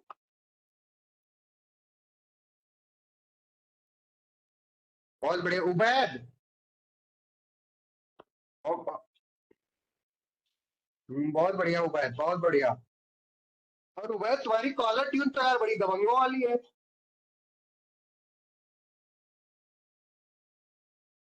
हाँ उबैद, तुमको कॉल करने में डर लगने लगा है भाई, तुम कॉल किया तो बहुत धमकी उमकी भरा एकदम उनसे कॉलर ट्यून था। मैंने इसलिए मारे डर के तुम्हें दोबारा कॉल नहीं किया, तुमने रिसीव नहीं किया था। तो ये वाली बात समझ में आ गई सबको? आगे बढ़ जाए अगले स्टेशन पे। बेटा एक्सपर्ट ओपिनियन अप्लाई कैसे होता है ये समझना बहुत जरूरी है। समझ रहे हो ना सब लोग? Dharmendra, D K Dubey, yes sir. समझ रहे हो ना बेटा क्यों एक्सपर्ट ओपिनियन के इलस्ट्रेशन को मैं हर इलस्ट्रेशन को बताने की कोशिश कर रहा हूँ। अच्छा Yes. एक चीज और, अगर यही क्वेश्चन यही अगर जो इलस्ट्रेशन में बोल रहा हूँ कि the question is whether the death of A was caused by poison, the opinion of the expert, the opinion of the expert as to the symptoms produced by that poison, यही बोला था ना इसी ने, by which ये supposed to have died are relevant। अगर मान लो यही क्वेश्चन आ गया आपके एग्जाम में, तो कैसे आंसर करोगे? कैसे आंसर करोगे? क्वेश्चन आप द फैक्ट बनाओगे, क्वेश्चन बनाओगे, whether the death of the age which caused by that particular poison, फिर relevant provision of law बताओगे आप, सेक्शन 39 ऑफ द भारतीय सर्च अधिनियम 2023 और section 45 of Indian evidence act बताओगे बेटा। उसके बाद में उसको एप्लीकेबल करोगे और फिर कंक्लूजन ड्रॉ कर दोगे कि yes the statement of a specialised doctor regarding the symptoms, अगर इसके बारे में कोई सिम्टम्स है संभवी बेटा, तो क्या हो जाएगा, वो रेलेवेंट हो जाएगा। क्या हो जाएगा संभवी, बताओ क्या हो जाएगा? रेलेवेंट हो जाएगा। बहुत बढ़िया मेरा बच्चा।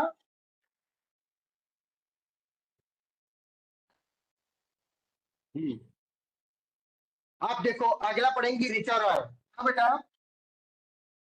जी सर। एक सेकंड रुक जाओ, मैं इरेज कर दूं तब पढ़ो, ताकि मैं भी ध्यान से सुनूं। रुक जा बेटा, रुक जाओ, मैं थोड़ा रुक जा, इसको इरेज करके थोड़ा तुमको ध्यान से सुनूं तब बोलना, नहीं तो मैं बता नहीं पाऊंगा ना। हाँ पढ़ो। The question is whether A at the time of doing a certain act was by the reason of unsoundness of mind, incapable of knowing the nature of the act, or that he was doing what was either wrong or contrary to law. The opinion of the experts upon the question whether the symptoms exhibited by A commonly shows unsoundness of mind and whether such unsoundness of mind usually renders persons incapable of nature of the act which they do or of knowing that what they do is either wrong or contrary to law are relevant. बहुत बहुत बढ़िया। जैसे आपने unsoundness यानी insanity वाला, insanity किस section में है? सेक्शन 84। और भारतीय न्याय संहिता के किस सेक्शन में है? रिचा रॉय जल्दी बताओ। 22. 22, बहुत बढ़िया। देखो बीएनएस का एक मिनट में बीएनएस का मैं बता देता हूँ। राजीव ने शायद बताया होगा, नहीं बताया, कि जो भी अपना जनरल डिफेंसेस इंडियन आईपीसी में था, आईपीसी में जो भी था सेक्शन, उसमें से 62 माइनस कर देना। कितना माइनस कर देना? 62। तो क्या आ जाएगा? बीएनएस का प्रोविजन आ जाएगा। ये बताया नहीं बताया उसने? यस सर, बताया। बताया था सर। याद है नहीं? याद है सबको? सर पूरे बीएनएस में लागू नहीं होता, इसलिए इस पे काम करना उचित तो नहीं होगा। क्या? अरे भाई जनरल एक्सेप्शन की बात कर रहा हूँ। ठीक सर। ये जनरल एक्सेप्शन पर लागू होता है, 100% लागू होता है जनरल एक्सेप्शन पर। जनरल एक्सेप्शन पे लागू था, पूरे बीएनएस पे छितरा दिया इस वजह से। अरे महाराज हम पूरे बीएनएस की बात ही नहीं कर रहे हैं। पूरे बीएनएस में तो रेप के केस को अब तो उस वाले में डाल दिया गया है, crime against women and children. पहले वो था क्राइम अगेंस्ट ह्यूमन बॉडी में था। पढ़े हो नहीं पढ़े हुए बात? Yes sir. हाँ, अब उसको जो offences against women and children है, उसको क्रोनोलॉजिकल प्रेसिडेंस दे दिया गया। किसके ऊपर? Offences against human body and offences against property पे। पहले मर्डर ऑर्डर पहले आता था, रेप बाद में आता था। अब रेप पहले आता है, मर्डर बाद में आता है। आप बीएनएस में देखे हो नहीं देखे हो बात? Yes sir. सामग्री देखी हो नहीं देखी बेटा? Yes sir. हाँ, तो इसको कहते हैं, इसको अगर आपको लॉ की भाषा में कहना होगा तो क्या कहोगी? इसको कहेंगे कि the offences against women and children, the offences against women and children has been given chronological precedence. किसके ऊपर? Offences against human body and offences against property. पानी पी लेता हूँ फिर शुरू करते हैं आगे।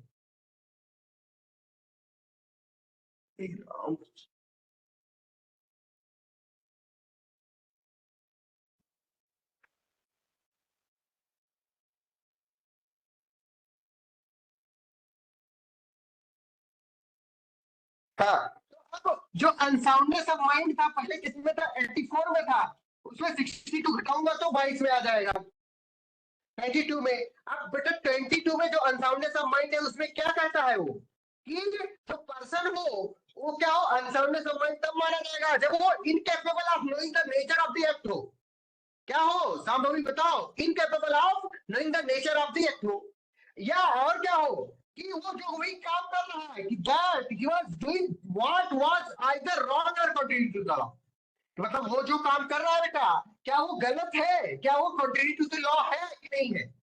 अगर वो उस चीज को जानने में अक्षम है, क्या है? अक्षम। अक्षम मतलब होता है इनकेपेबल। तो क्या माना जाएगा? वो अनसाउंड माना जाएगा। तो इस चीज के लिए किसी व्यक्ति का ओपिनियन, किसी ऐसे व्यक्ति का ओपिनियन जो ऐसे सिम्टम का जानकार हो, ऐसे सिम्टम का क्या हो? एक्सपर्ट हो, जो कॉमनली मतलब आमतौर पर क्या करता हो? अनसाउंडनेस ऑफ माइंड का सिम्टम दिखाता हो, तो क्या हो जाएगा? वो रेलेवेंट हो जाएगा। Is it clear to everyone? Is it clear to everyone? और वो कैसा एक्सपर्ट होगा? साइंस का एक्सपर्ट होगा, क्योंकि मेडिकल से रिलेटेड सारी चीजें क्या होती है नेहा मौर्य? साइंस की होती हैं। ठीक है, किसी को कोई डाउट? नेहा मौर्य आप पढ़ो अगला illustration. Neha Maurya illustration number C पढ़ो बेटा।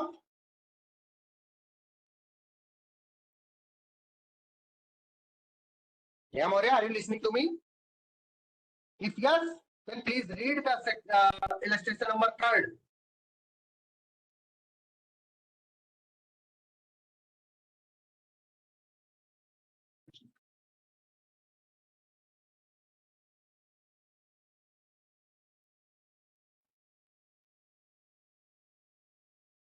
नेहा मौर्य कहाँ चली गई आप?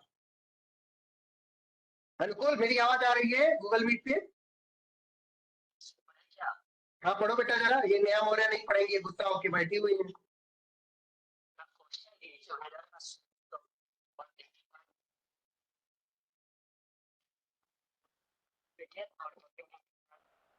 the question of expert or the comment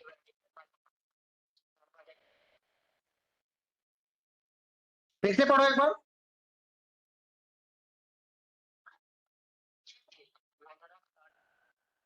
was written by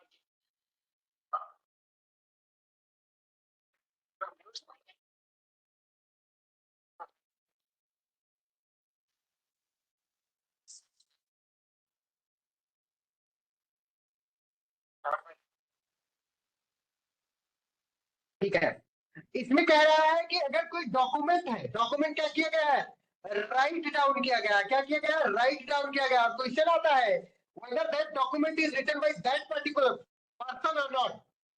मान लो एक डॉक्यूमेंट प्रोड्यूस किया जाता है कोर्ट के सामने और कहा जाता है कि उसको, उस डॉक्यूमेंट को किसने लिखा है? मोक्षदा ने लिखा है। तो बेटा क्या किसको बुला लिया जाएगा? another document is produced। कोई यहाँ का दूसरा डॉक्यूमेंट प्रोड्यूस किया जाता है which is proved or admitted, जो कि प्रूव किया जाता है। तो प्रूव किया जाता है कि इसको मोक्षदा ने लिखा है, या तो मोक्षदा के द्वारा एडमिट किया जाता है कि इसको मैंने लिखा है। तो क्या हो जाएगा? क्या हो जाएगा? The opinion of the expert. The opinion of the expert इस चीज पे वो काम कर जाएगा कि दोनों हैंड राइटिंग जो इस वाले डॉक्यूमेंट में है, मान लो एक डॉक्यूमेंट ये है, इसका नाम ए रख देता हूं, एक डॉक्यूमेंट बी है। ये बी वाला डॉक्यूमेंट क्या है बेटा? डिस्प्यूटेड है।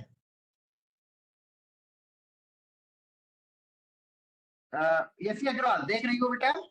दिखाई पड़ आपको? यसी? Yes sir. ये दिखाई पड़ रहा है आपको? क्या लिखा मैंने? Yes sir.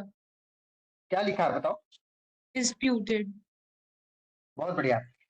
एक डॉक्यूमेंट है ए, जिसका नाम, एक डॉक्यूमेंट का नाम क्या है बेटा? ए है। दूसरे डॉक्यूमेंट का नाम क्या है बेटा? बी है। ठीक है, अब ए डॉक्यूमेंट इसने क्या किया है? डिस्प्यूटेड, सॉरी ये क्वेश्चन आया, डिस्प्यूटेड डॉक्यूमेंट तो बी है, और ये क्वेश्चन आया कि ये वाला डॉक्यूमेंट जो बी है इसको मोक्षदा ने लिखा है कि नहीं लिखा है। क्वेश्चन आया क्या बेटा कि क्या इस डॉक्यूमेंट को मोक्षदा ने लिखा है कि नहीं लिखा है। ये जो हैंड राइटिंग है इस डॉक्यूमेंट बी पर, वो मोक्षदा की है कि नहीं है, ये डिस्प्यूट हो गया। अब एक डॉक्यूमेंट प्रोड्यूस किया जाता है जो क्या है? ए डॉक्यूमेंट है। डॉक्यूमेंट का नाम क्या है? ए। और इस डॉक्यूमेंट को कैसा है? या तो ये एडमिटेड है।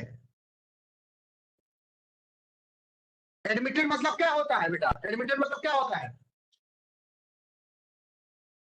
एडमिटेड मतलब होता है कि जिस व्यक्ति के बारे में कहा जा रहा है कि इसने वाला डॉक्यूमेंट लिखा है, वो यही व्यक्ति उठ करके यहाँ पे आए और कहे कि हाँ हाँ हाँ भैया हमने ही लिखा है ये वाला डॉक्यूमेंट, तो उसे क्या कहेंगे? एडमिटेड डॉक्यूमेंट कहेंगे। इसमें मोक्षदा दौड़ी दौड़ी आती है और कहती है कि हाँ ये वाला डॉक्यूमेंट तो मैंने लिखा है, ये पक्का है, ये वाला डॉक्यूमेंट। या क्या हो, या किसी दूसरे एविडेंस के द्वारा इस चीज को प्रूफ कर दिया जाए, प्रूव्ड हो कि ए वाला डॉक्यूमेंट किसने लिखा है? इस लड़की ने लिखा है, मोक्षदा ने लिखा है। समझ पा रही बेटा A C Agarwal? Yes Yes sir. or एक no? बार एडमिटेड के बाद जो भी आपने लास्ट लाइन बोली थी वो प्लीज रिपीट कर दीजिए। पहला चीज की, या तो डॉक्यूमेंट को इस लड़की ने, मोक्षदा ने क्या किया? एडमिट कर लिया कि हाँ मैंने ये वाला डॉक्यूमेंट लिखा है, मैंने खुद से लिखा है। या दूसरी चीज क्या हुआ कि इस चीज को किसी दूसरे, मान लो कृपाशंकर पांडे ने क्या कर दिया, किसी दूसरा एविडेंस देकर के प्रूफ कर दिया कि ये वाला डॉक्यूमेंट, जो जिस डॉक्यूमेंट का नाम ए था, उसको किसने लिखा है? मोक्षदा ने लिखा है। प्रूव्ड है वो, ये बात प्रूव्ड है कि ये वाला डॉक्यूमेंट किसने लिखा? मोक्षदा ने लिखा है। अब समझ में आ गई बेटा ऐसी? Yes sir. मतलब दो चीजें हो सकती है, या तो इस चीज को एडमिट कर ले मोक्षदा कि हाँ मैंने लिखा है, या तो इस चीज को प्रूफ कर दिया जाए कि इन्होंने लिखा है। ये बात समझ में आ गई? Yes, sir. अब क्या हुआ? अब क्या हुआ कि इस वाले डॉक्यूमेंट को लाया जाता है कोर्ट में और क्या किया जाता है, कोर्ट के सामने रखा जाता है, ये रख दिया गया कोर्ट के सामने। और कहा जा रहा है, कहा जा रहा है कि ए वाले डॉक्यूमेंट और बी वाले डॉक्यूमेंट को मिलाओ भैया और देखो ये मोक्षदा ने लिखा है 100%। अब क्या होगा? कोर्ट तो हैंड राइटिंग का जानकार होता नहीं है बेटा, क्यों होता है? निगम बताओ।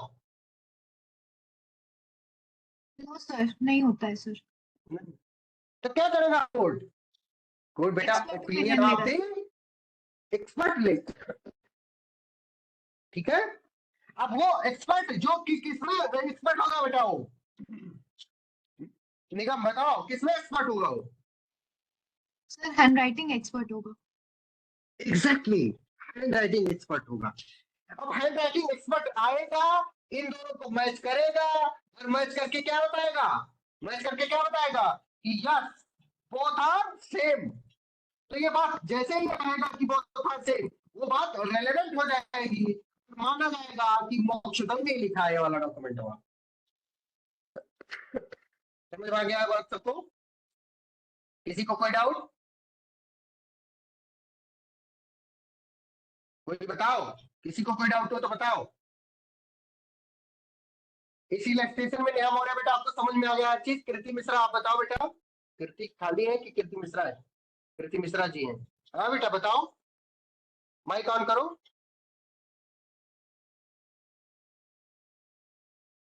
कृति मिश्रा बेटा माइक ऑन करो। अच्छे बच्चे माइक खोल लेते हैं। कांट भैया, वाई? आप लाइब्रेरी में क्या हो क्या? कोई बात नहीं, कोई बात नहीं। क्या सबको समझ में आ गई है? डीके दुबे, मोहित गुप्ता, रोहित मिश्रा, यस सर। संभवी मिश्रा, धीरज पाठक, धर्मेंद्र दुबे, एसी अग्रवाल, सबको रखते हुए। चंदा भाई तुम बताओ कहाँ थी तुम? तुम्हारा हमें लगता है नेटवर्क खराब हो गया है। हाँ sir. Sir, can you hear me, sir? Yes yes, hearing you. Okay, okay. Sir ये Sir, जो बताओ, actually that network- was not working, so your answer, sir. So due to network issue or sir, I don't know, sir. Now I can talk, sir.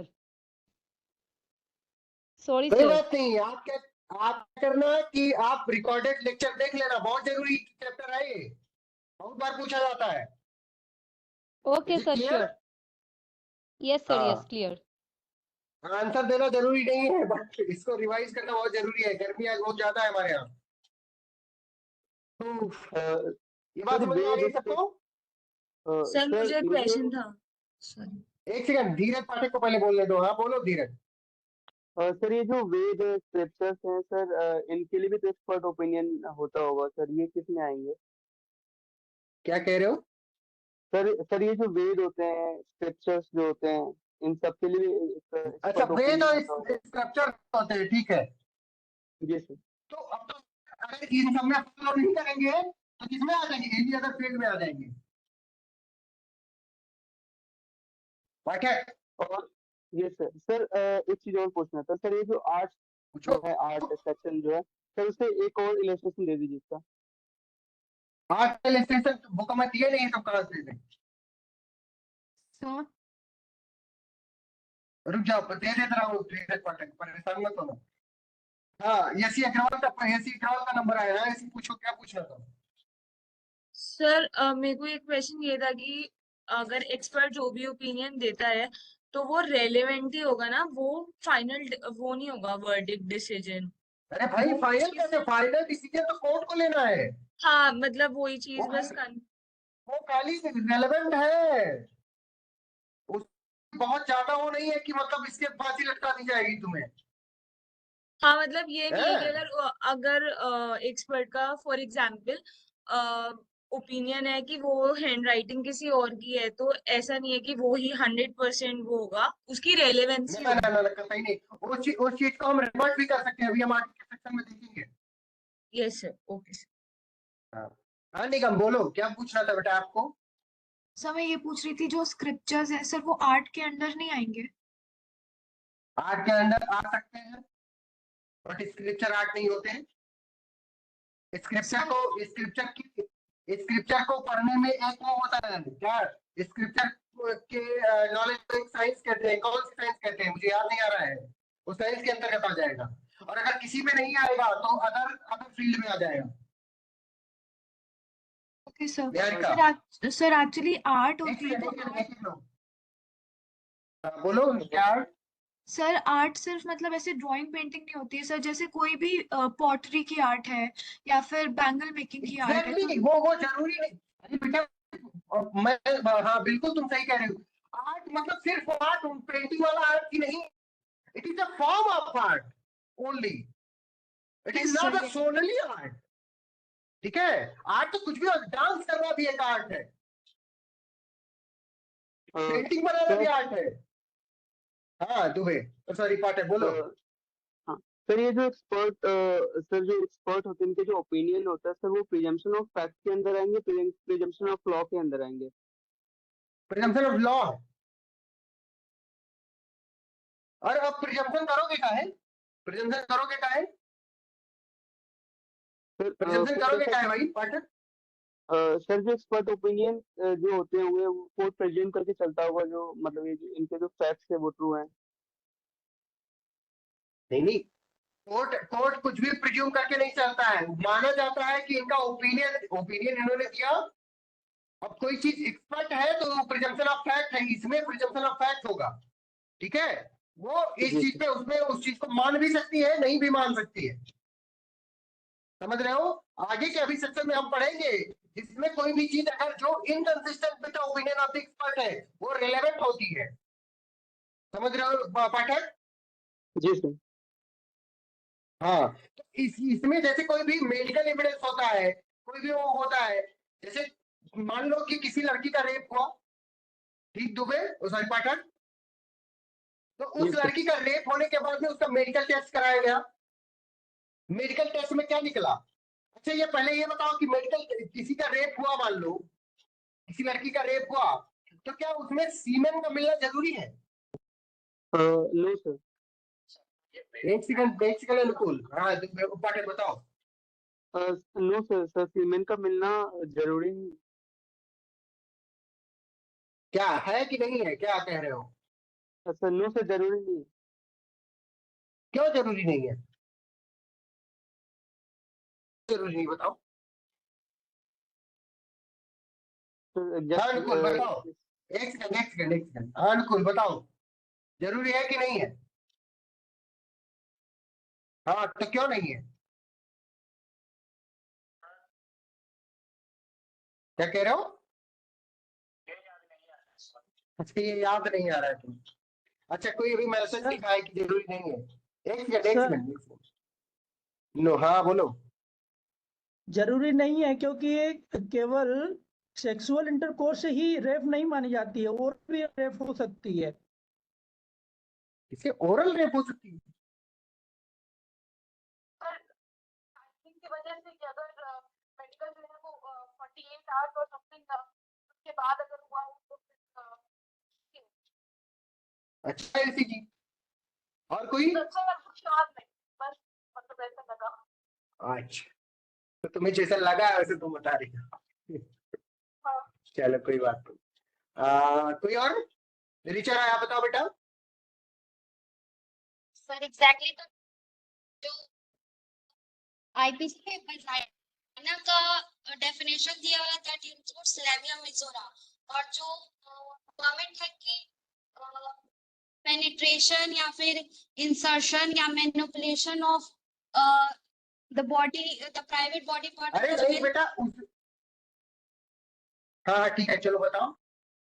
और can be considered as rape, तो हो सकता है। देखो, आप देखो cement क्यों जरूरी नहीं है, सीमेंट का होना क्यों जरूरी नहीं है, क्योंकि जो रेप की डिफिनेशन है उसका पहला एलिमेंट, मतलब पहला उसकी पहले जो पेनिट्रेशन है, जब क्या कहते हैं पेनिस का पेनिट्रेशन होता है वेजाइना, यूरेथ्रा, माउथ और एनस में, तब जब पेनिस का पेनिट्रेशन होगा तब तो सीमेंट निकलेगा ना।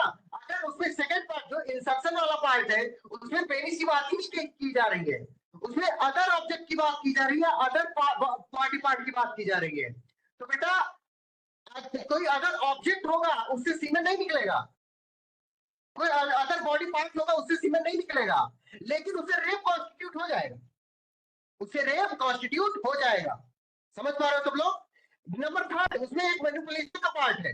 मैनिपुलेशन अगर करोगे, कोई भी मैनिपुलेशन, जैसे मैनिपुलेशन का मतलब होता है कि अगर मान लो किसी लड़की का रेप हो रहा है, दो तीन लोग हो, ठीक है, अब कोई उसका हाथ पकड़ ले रहा है, कोई पैर पकड़ ले रहा है, कोई उसको पट्टी बांध दे रहा है, मतलब सब लोग उसके ऊपर अपना फोर्स यूज कर रहे हैं, ठीक है, और कोई एक है जो पेनिट्रेशन कर रहा है। तो ये जो लोग उसको और भी तरह से क्या कर रहे हैं, ग्रैब कर रहे हैं, कोई हाथ पकड़ रहा है, कोई पैर पकड़ रहा है, वो सब मैनिपुलेट कर रहे हैं आप बॉडी ऑफ दैट गर्ल, तो वो सब भी रेप कॉन्स्टिट्यूट में आएंगे, भले ही उनका सीमेन ना मिला। समझ रहे हो सब लोग? तो जैसे इसमें एक्सपर्ट को बुलाया जाएगा, रेप में एक्सपर्ट को बुलाया जाएगा बेटा। अब एक्सपर्ट यही तो चेक करेगा ना कि सीमेन है कि नहीं है। वो ये तो चेक कर नहीं पाएगा कि मान लो कि तुमने फिंगर इंसर्ट कर दिया था या फिंगर पेनिट्रेट करा दी थी, तो वो तो एक्सपर्ट जान नहीं पाएगा ना, फिंगर से तो कोई सीमेन निकलता नहीं है। Is it clear to everyone? तो इसलिए ध्यान से सुनो सब लोग, medical examination is only a corroborative evidence. कैसा एविडेंस है? कोरोबोरेटिव एविडेंस है। It is not a conclusive proof, it is not a conclusive proof. ध्यान से सुनो सब लोग, it is not a conclusive proof. समझ रहे सब लोग? किसी को कोई डाउट इस वाली बात में?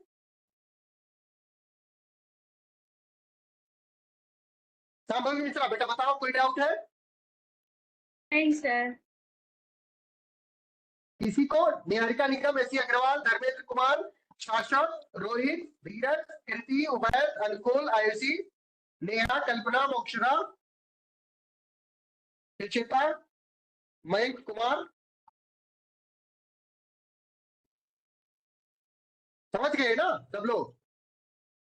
तो इसीलिए एक्सपर्ट ओपिनियन के बेसिस पर सिर्फ किसी को नहीं लटका दिया जाएगा, उसको एज ए कोरोबोरेटिव एविडेंस यूज किया जाएगा। ठीक है, सब लोगों का डाउट क्लियर है अभी? Yes sir. Is it okay? अब हम आगे बढ़े, आगे बढ़ सकते हैं कि अभी भी और कुछ पूछना है?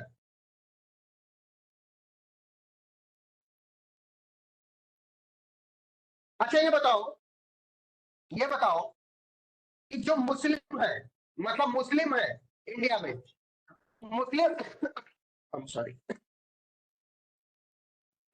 किससे कई बार गवर्न होते हैं? शरीयत से गवर्न होते हैं। किससे गवर्न होते हैं? शरीयत लॉ से, या शिया लॉ या सुन्नी लॉ से गवर्न होते हैं कि नहीं होते? कितने लोगों की बात पता है? कोई मुस्लिम 90% टाइम या तो शिया होता है या तो सुन्नी होता है, और वो या तो शिया लॉ से गवर्न होता है या तो सुन्नी लॉ से गवर्न होता है। अब ना शिया इंडियन है ना सुन्नी इंडियन है, ये सब तो है तो फॉरेन ओरिजिन के ना। ये कहीं मक्का मदीना इराक और में बैठ करके सब लॉ बनाए गए हैं जिससे वो आज हमारे लोग गवर्न हो रहे हैं। हो रहा है ऐसा कि नहीं हो रहा है? धीरज भट्ट बताओ। Yes sir. बेटा हो रहा है। तो अगर क्वेश्चन पूछा गया, अगर आपसे क्वेश्चन पूछा गया वेदर द शिया लॉ और सुन्नी लॉ और शरीयत law is a foreign law और नॉट, तो क्या आंसर करोगे? क्या आंसर करोगे? ऐसी मिश्रा बेटा बताओ क्या आंसर करोगी आप? No sir, no sir, yes sir नहीं, नो सर आंसर करना है। क्यों? क्योंकि even though they are of foreign origin, even though Shia law Sunni law और कौन सा लॉ भी बोला था मैंने? शरीयत लॉ, अनमैरिज और डिवोर्स और जो कुछ भी ब्ला blah blah are of foreign origin. They cannot be said to be a foreign law because it is the law of the land now. Because it is the law of the land now and it is in force in the India. Shariat Act 1937 किसने मतलब सुना है बात? शरीयत act है India में,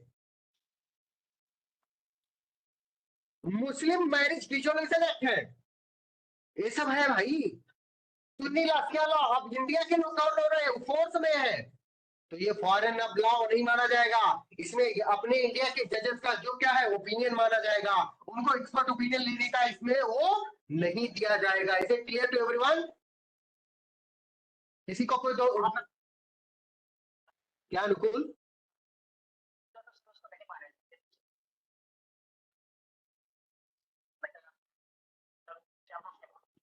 भाई यार, भाई अनुकूल एक सेकंड, आपकी आवाजियात कतई नहीं आ रही है एकदम, पता नहीं ऐसे जो पुराने जमाने के रेडियो की तरह से आ रही है जो कुछ हुआ करता था। हाँ जल जोड़ के फिर पूछो।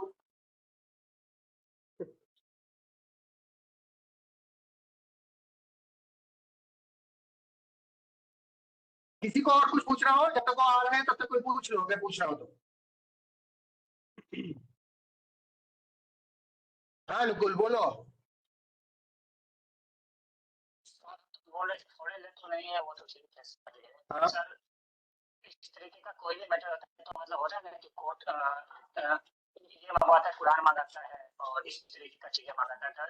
बट कुरान मंगाता, देखो कुरान मंगाता है लेकिन कुरान का इंटरप्रिटेशन जज खुद करता है। हाँ, हमारा भी रहता है कि मतलब ये फल्ला आयत इस तरह ये नहीं मानता है, वो नहीं मानता है। वही वो जज खुद, जैसे जब ये ट्रिपल तलाक को कर रहा था अनकॉन्स्टिट्यूशनल घोषित सुप्रीम कोर्ट, तो उसने कुरान के आयत नंबर 437 को कुछ जिक्र किया था और उसमें बताया कि it is not written anywhere that triple talaq is violent. समझ रहे हो सब लोग? डायरेक्ट सुप्रीम कोर्ट ने बताया, सुप्रीम कोर्ट लेकिन उसने खुद पढ़ा, उस पर खुद अपना ओपिनियन फॉर्म किया। उसने किसी से राय नहीं लिया कि भैया एक्सपर्ट दौड़ के आओ, तुम बहुत बड़े मौलवी हो, तुम मुझे ज्ञान बता दो और फिर मैं क्या करूंगा उस पर अपनी राय बनाऊंगा। क्योंकि बेटा अगर किसी भी मौलवी को बुलाया जाता है इंडिया में, क्योंकि Muslim society is the most patriarchal society across the globe. जो मुस्लिम सोसाइटी है वो सबसे ज्यादा पैट्रियार्कल है। मानते हो नहीं मानते हो सब लोग ये बात?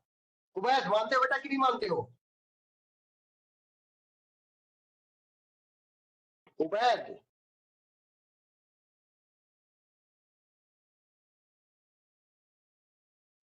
तो अगर उसमें क्या कह रहे हो अनुकुल? मानना क्या है, वो बात तो सही है। अरे नहीं भाई, हाँ तो इसमें क्या होगा कि अगर मान लो किसी मौलवी को या किसी मुल्ला को बुलाया जाएगा तो वो क्या करेगा, अपना ओपिनियन फिर पैट्रियार्कल माइंडसेट से देगा। तो कहेगा नहीं नहीं नहीं भाई, इसका इंटरप्रिटेशन तो ऐसे ही होना चाहिए और तुमको तो मतलब एकदम ऐसे ढका रहना चाहिए, चाहे 45 डिग्री तापमान हो, औरतों की तो आंख भी नहीं दिखनी चाहिए। यही होता है ना अभी जो अफगानिस्तान पाकिस्तान यहाँ सब पे जो रूल लगे हुए हैं, वो पैट्रियार्कल माइंडसेट के रूल है।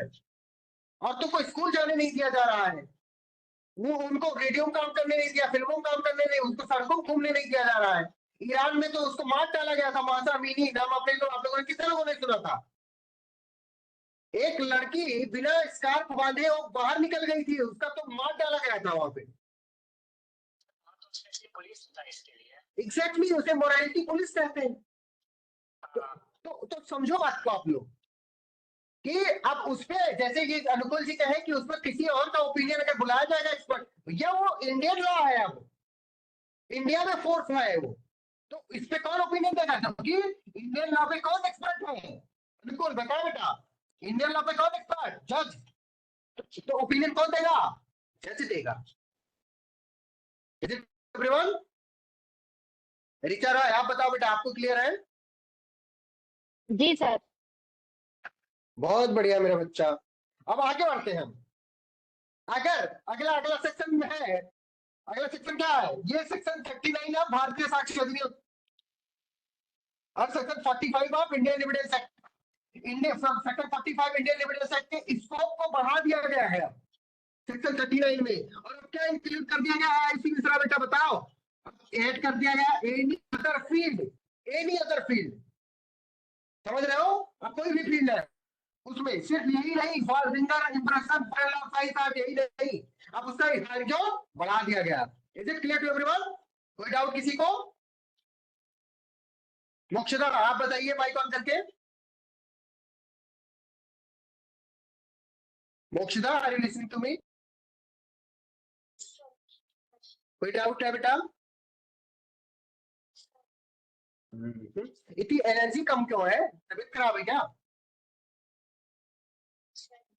तो बेटा थोड़ा एनर्जी में बोला करो, संभवी मिश्रा से सीखो, देखो कितना तेज बोलती है वो।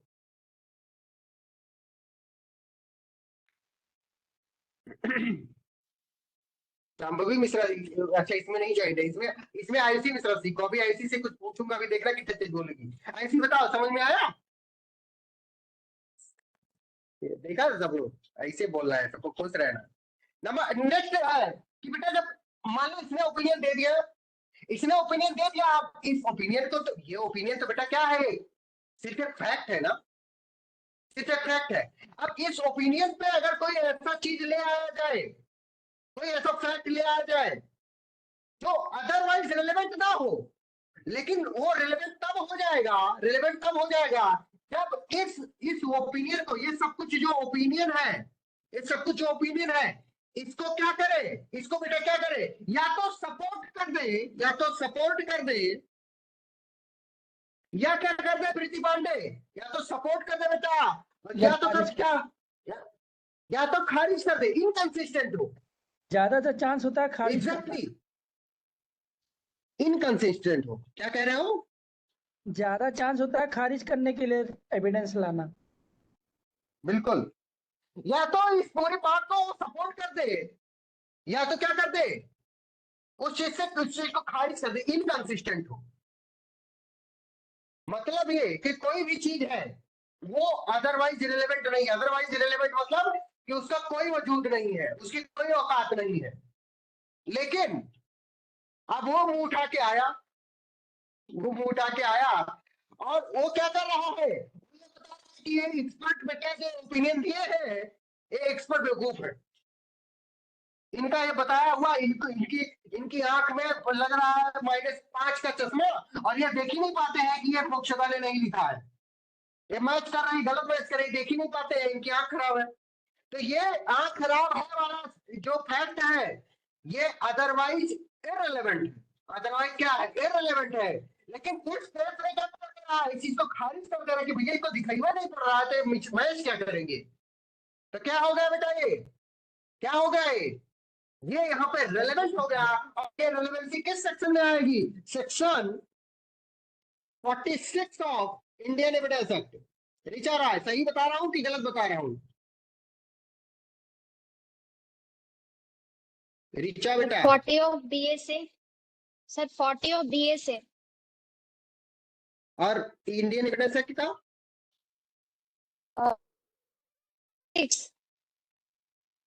46 एग्जैक्टली। तो 46 ऑफ इंडियन एविडेंस एक्ट और 40 ऑफ BSA ये बात बताता है कि ये जो कहानियां बता रहे हैं, अगर इस कहानियों में कुछ लोचा है तो उसको हम खारिज कर देंगे। समझ रहे हो सब लोग? कल्पना भाई बेटा आप समझ रही हो? इनका किया गया लोचा काम नहीं करेगा, चूतिया नहीं बना सकते, बेवकूफ नहीं बना सकते, इनको जूते से मारा जाएगा। किस सेक्शन में जूते से मारा जाएगा? सेक्शन 46 में या सेक्शन 40 ऑफ भारतीय साक्ष्य अधिनियम में। Is it clear to everyone? Is it clear to everyone? किसी को कोई डाउट? मोक्षदा आप पढ़ो बेटा, इलस्ट्रेशन पढ़ो, सेक्शन 46 का पहला illustration. The question is whether he was poisoned by a certain poison. Okay. In fact, other persons who were poisoned by that poison exhibited certain symptoms which experts have found lie to be the symptoms of that poison is relevant. Okay. अब क्या हो रहा है कि वो जो उसमें अभी हमने ऊपर भी पॉइजन वाला ही कुछ पढ़ा था, तो पॉइजन में उसमें हमने पढ़ा था कि अगर वो पॉइजन दे रहा तो एक सर्टेन टाइप का सिम्टम दिखा रहा, तो डॉक्टर अगर बता दे रहा था कि ये वाला सिम्टम इस पॉइजन खाने से आता है, तो अगर क्या हो रहा है कि एक व्यक्ति है जो एक सर्टेन पैटर्न में एक सिम्टम दिखा रहा है, और वो सिम्टम किस चीज से मैच कर रहा है बेटा, वो ये बात पता करने की कोशिश की जा रही है कि whether that symptom is of that particular poison और नॉट। तो ये वाली बात कि कोई से व्यक्ति जो उस पॉइजन को कंज्यूम करता है वो एक विशेष प्रकार का सिम्टम दिखाता है, उस सिम्टम को मैच करना या ना करना, इस बात को की रिलेवेंसी, मतलब अगर बरोबर एग्जैक्टली है ऐसी बेटा, तो क्या हो जाएगा? अब वो एक्सपर्ट ने अपना ओपिनियन दिया, और अफर्म कर दिया, उसने अफर्म कर दिया कि हाँ हाँ यही वाला पॉइजन है जिससे मुंह से झाग निकलने लगती है। लेकिन बेटा एविडेंस में क्या पाया गया? एविडेंस में पाया गया, मतलब ये फैक्ट पाया था कि यही वाला पॉइजन हुआ जब इब्राहिम ने खाया था, तो इब्राहिम के मुंह से झाग नहीं निकला था, इनके कान से खून निकला था, ब्लड। यही वाला जब फर्नांडिस ने खाया था, फर्नांडिस, तो फर्नांडिस के भी कान से खून निकला था। यही चीज जब किसने खाया? नेतन्याहू ने खाया था, तो उनके भी कान से क्या निकला था? खून निकला था। लेकिन एक्सपर्ट क्या बता रहा है कि सब पॉइजन खाने से मुंह से झाग निकलती है। जो किसने खाया है? रामचंद्र ने खाया है। जब रामचंद्र ने खाया इसको बेटा, तो उनके मुंह से क्या निकला? झाग निकला। तो ये बात कि इब्राहिम ने जब खाया था तो ब्लड निकला था, फर्नांडिस ने खाया था तो ब्लड निकला था, नेतन्याहू ने खाया था तो ब्लड निकला था, तो ये बात इस चीज को क्या कर दे रहा है? आईसी मिश्रा बताओ क्या कर दे रहा है? डिनाई कर दे रहा है कि एक्सपर्ट का ओपिनियन वो गलत है। क्योंकि अगर इब्राहिम खाता है उसी पॉइजन को तो उसके कान से ब्लड निकलता है, अगर फर्नांडिस खाता है उसके कान से ब्लड निकलता है, नेतन्याहू खाता है उसके कान से ब्लड निकलता है, तो जब रामचंद्र खाएगा तो उसके भी कान से ब्लड निकलना चाहिए। इससे कोई फर्क नहीं पड़ता कि इब्राहिम मुस्लिम है, ईसाई है, क्रिश्चियन है और नेतन्याहू यहूदी है, ज्यूस है, इससे कोई नहीं फर्क पड़ता है।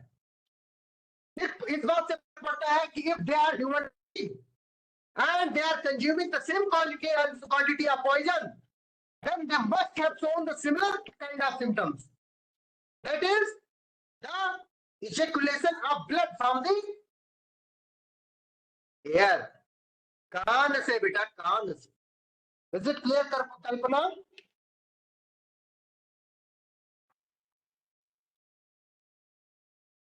नेहा मौर्य समझ में आ गया बेटा आपको?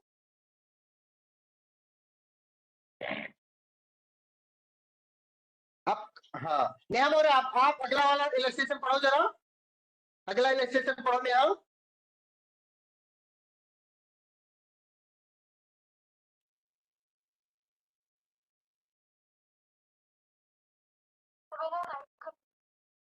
क्या कर दिया है? अच्छा जी, अच्छा ऋचा रॉय आप पढ़ो, आईसी से नहीं कहूंगा पढ़ने को, ऋचा आप पढ़ो। जी sir. The question is whether an obstruction to a harbor is caused by a certain sea wall. The fact that other harbors similarly situated in the other respects, but where there were no such sea walls, began to be obstructed at about the same time is.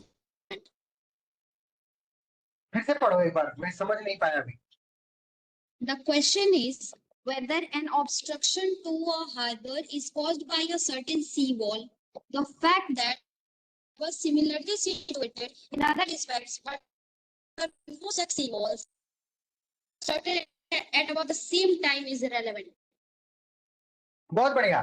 कह रहा है ये वाला illustration बेटा, ये कह रहा है कि तो एक हार्बर है, हार्बर को एक सीवाल से क्या कर दिया गया है? ऑब्स्ट्रक्ट कर दिया गया है, सीवाल खड़े कर दी गई है।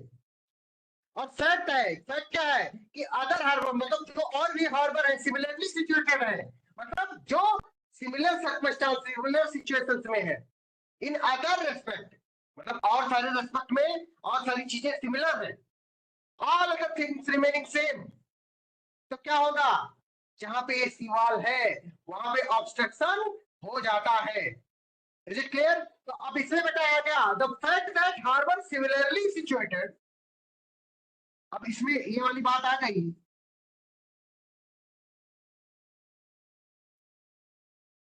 बेटा जो उसका सेकंड पार्ट है ना, सेकंड पार्ट क्या कहता है कि जो सिमिलरली सिचुएटेड हार्बर थे उनमें क्या हो रहा था, अदर रेस्पेक्ट, मतलब जो दूसरा कोई भी रेस्पेक्ट था उसमें वो सिमिलरली सिचुएटेड थे, लेकिन क्या था, अदर रेस्पेक्ट में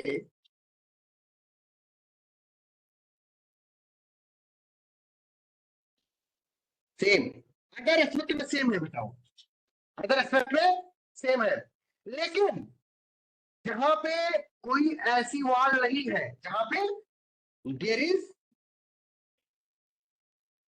लो सी वॉल, वहां पे क्या हो रहा है, वहां पे क्या हो रहा है बताओ, जहां पे कोई सी वॉल नहीं है वहां पे कोई ऑब्स्ट्रक्शन नहीं होता, नो ऑब्स्ट्रक्शन।